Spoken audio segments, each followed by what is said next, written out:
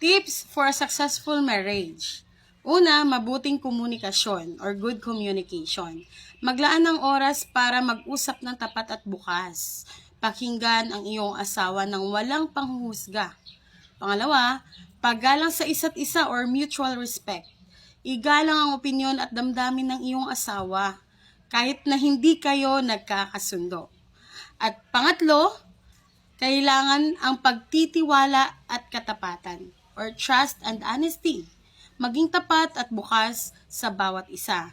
Mahalaga ang pagtitiwala sa isang relasyon.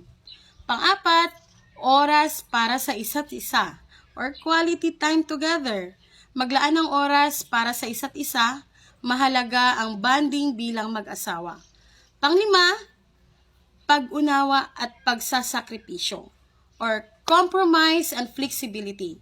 Maging handa, mag-adjust, at magsakripisyo para sa ikabubuti ng inyong relasyon. Pang-anim, suportahan ang bawat isa or support each other's goals. Maging taga-suporta ng mga pangarap at hangarin ng iyong asawa. Pang-pito, ayusin ang mga alitan ng maayos or handle conflicts with grace. Huwag gawing masama ang hindi pagkakaunawaan. Ayusin ito ng mahinahon at walang sisihan. Pangwalo, panatilihin ang romansa at intimacy or maintain intimacy. Panatilihin ang init ng pagmamahalan sa pamamagitan ng emotional at physical na pagkakalapit.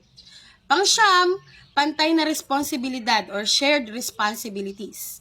Hatiin ang mga gawain sa bahay at iba pang responsibilidad ng patas para sa mas maayos na pagsasama. Pangsampo, pagpapatawad at paglimot. Forgive and let go. Matutong magpatawad at huwag hayaang magtanim ng galit. Pang-11, magkasamang lumago or grow together.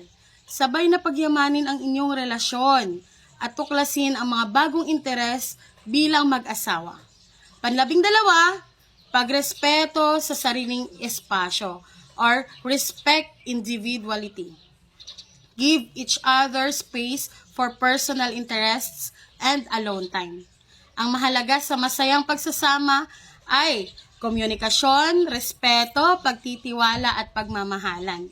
Isa ka rin bang housewife? Sa buhay mag-asawa, kailangan din natin ng extra income.